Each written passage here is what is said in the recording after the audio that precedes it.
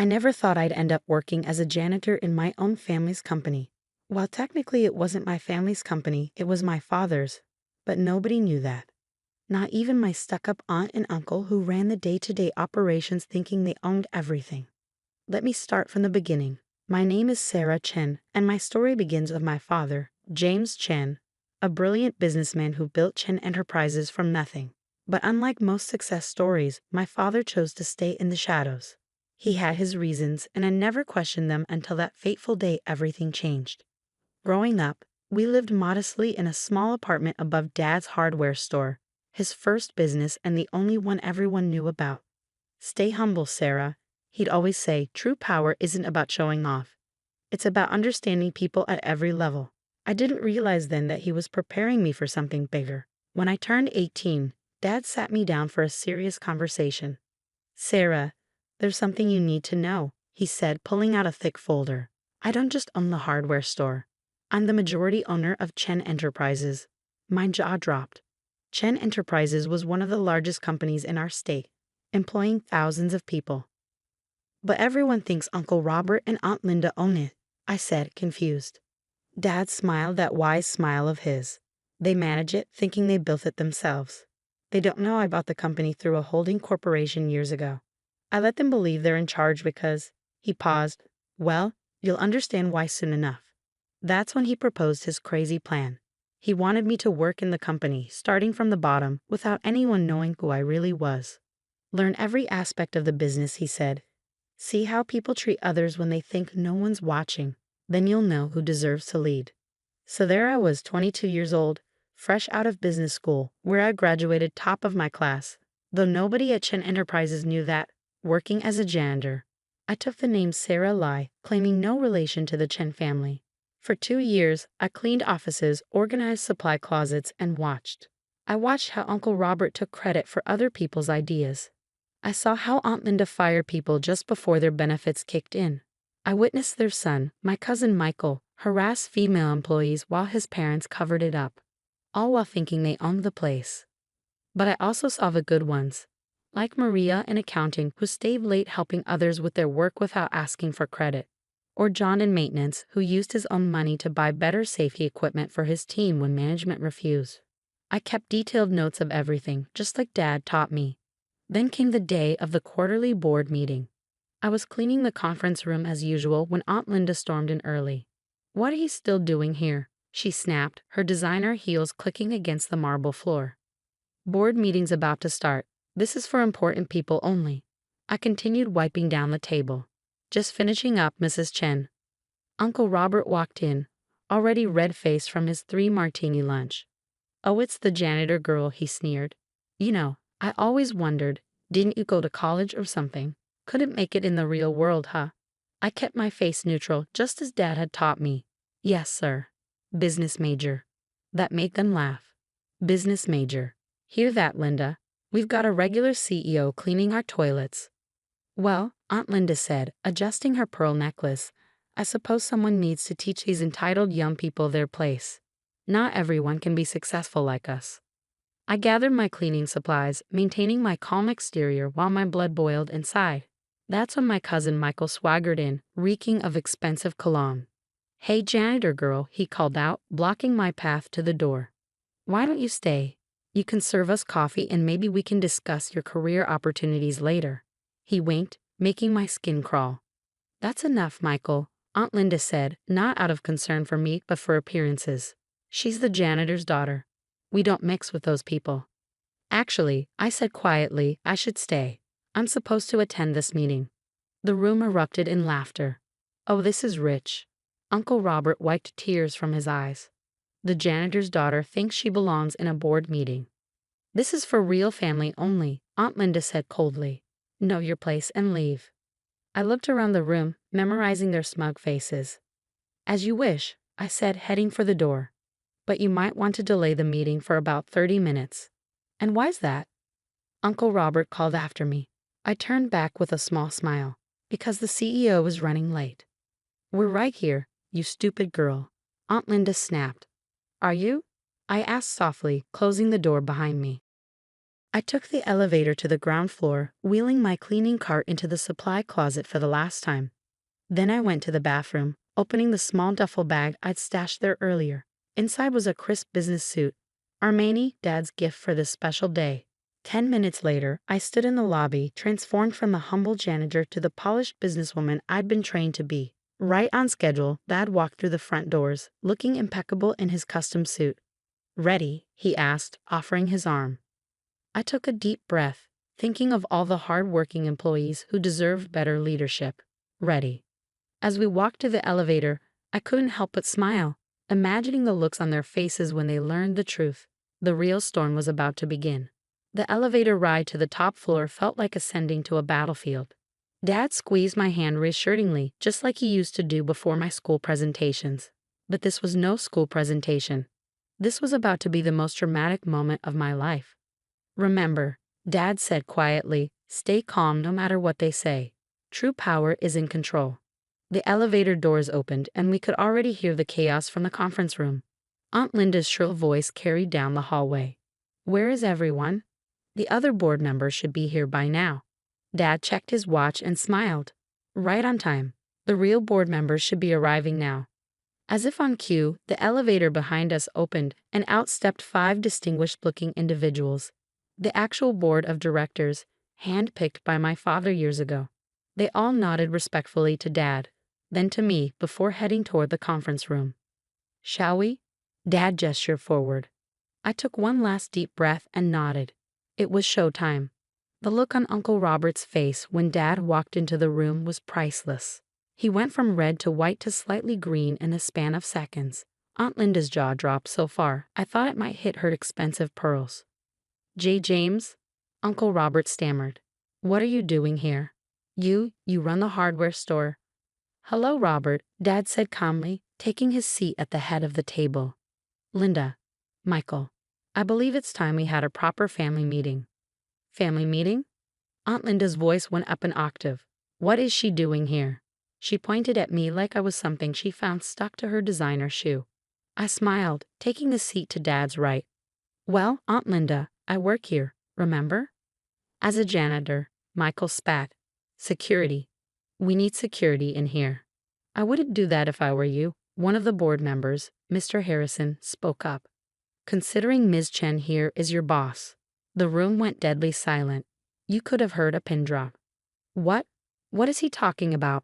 Uncle Robert's voice trembled. Dad leaned forward, placing his hands on the table. "Let me explain something. 25 years ago, when you two came to me begging for help with your failing business, I saw an opportunity. Instead of just giving you a loan, I bought the company through my holding corporation. You've been working for me this entire time." "That's impossible," Aunt Linda shrieked. "We built this company from nothing. We made it successful." "Did you?" I asked, opening my laptop. "Let's review some interesting numbers, shall we?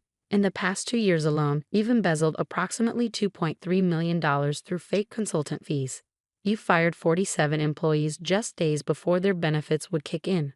And let's not forget the sexual harassment complaints against Michael that you've been covering up." Michael lunged forward, but security, the real security team that reported directly to Dad, was faster. They were already positioned by the doors, having entered silently during the chaos.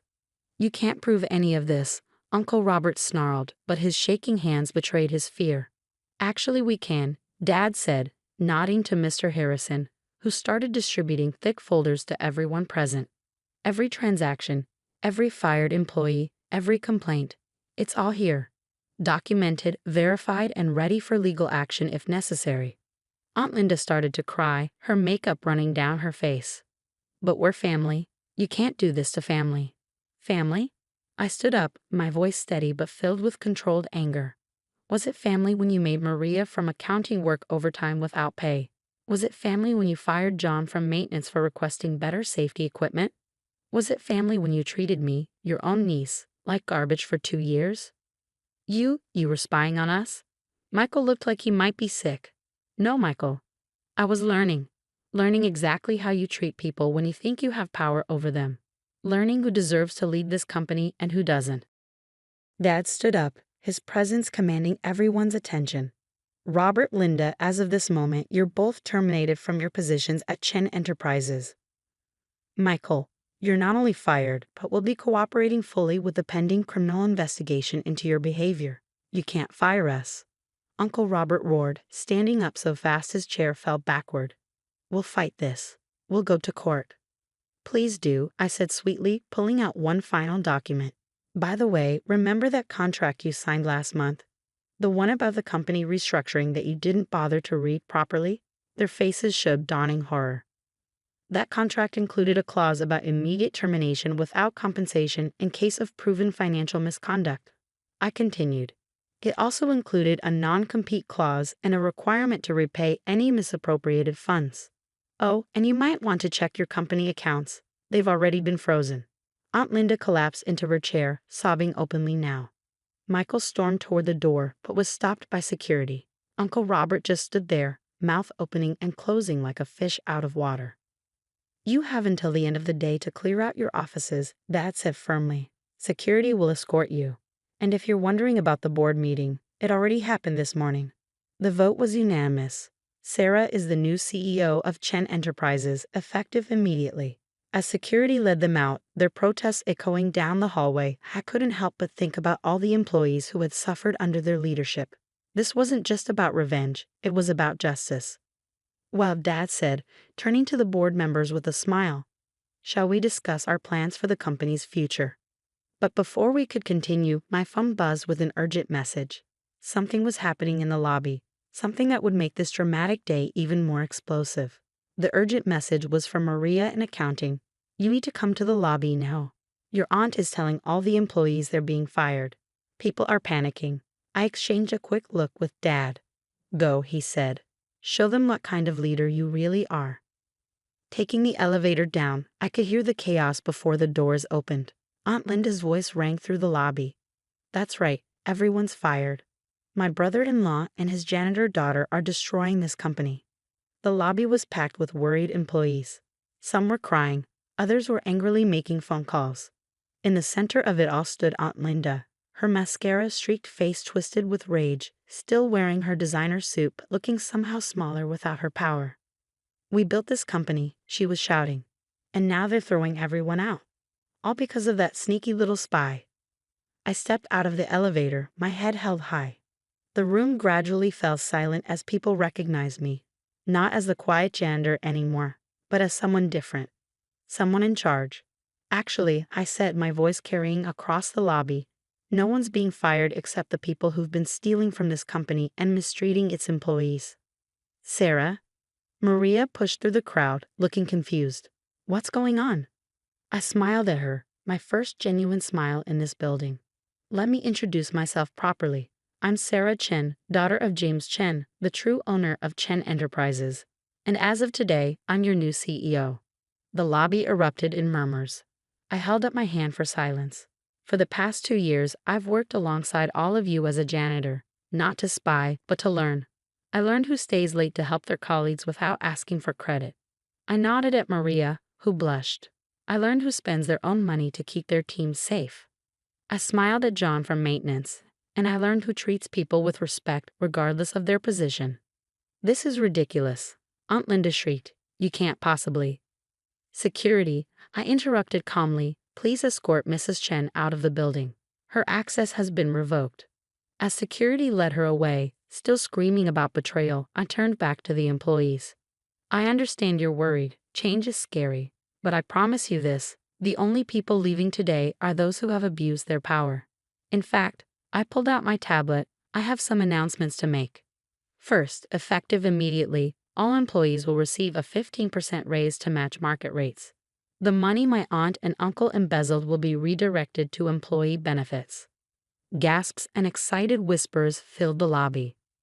Second, we're implementing all the safety improvements that John recommended. No more cutting corners on worker safety. John's maintenance team broke into applause. Third, Maria is our new head of finance, assuming she accepts the position. I turned to her. You've been doing the job unofficially for years anyway. Time you got the title and salary to match. Maria's eyes filled with tears as her colleagues congratulated her. And finally, I continued, We're establishing an open door policy. Every employee will have direct access to management. No more harassment, no more intimidation, no more fear of speaking up." The lobby erupted in cheers. As I looked at the smiling faces around me, I felt Dad's hand on my shoulder. He'd come down to witness this moment. "Well done," he whispered.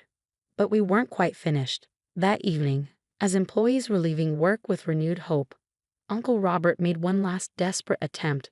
He barged into my new office, waving papers. "I found proof," he shouted. "Proof that James acquired this company illegally. We're taking this to court." I stayed calm, remembering Dad's lessons. "You mean these documents?" I held up identical copies. "The ones showing how you and Aunt Linda were planning to sell the company to a known criminal enterprise to cover your gambling debts?" His face went pale. "Yes, Uncle Robert, we know about the underground casino, the loans, everything. So here's what's going to happen. You'll sign this agreement promising to never contact this company or its employees again. In return, we don't press criminal charges." "You're blackmailing me," he sputtered. "No, Uncle Robert. I'm protecting this company and its people, something you should have been doing all along." After he left, defeated, Dad joined me at the window. The sun was setting over the city, casting a golden glow across the skyline. "You know," he said, "when I started this company, I dreamed of building something that would last generations, something that would make a difference in people's lives. Watching you today, I realized my dream came true, just not in the way I expected." I hugged him tight, remembering the little hardware store above which we used to live. "Thank you for teaching me that true power isn't about wealth or position. It's about how you treat people," he finished. 1 year later, Chen Enterprises was transformed. Our employee satisfaction rates were at an all-time high, productivity had increased by 40%, and our ethical business practices were being studied by business schools. Maria turned out to be a brilliant CFO, implementing transparency measures that became industry standards. John revolutionized our safety protocols, reducing workplace incidents to near zero. Even the janitors, my former colleagues, were now shareholders in the company. As for my aunt, uncle, and cousin, last I heard, they'd moved to another state, telling anyone who would listen about their ungrateful niece who stole their company. But their words couldn't touch me anymore. Sometimes, when I'm working late, I still grab a mop and clean alongside the evening janitorial staff. It raises eyebrows among visiting executives, but I don't care. It reminds me of where I started and why I'm here. After all, true success isn't measured by the power you hold, but by how you use that power to lift others up. That's the real family business.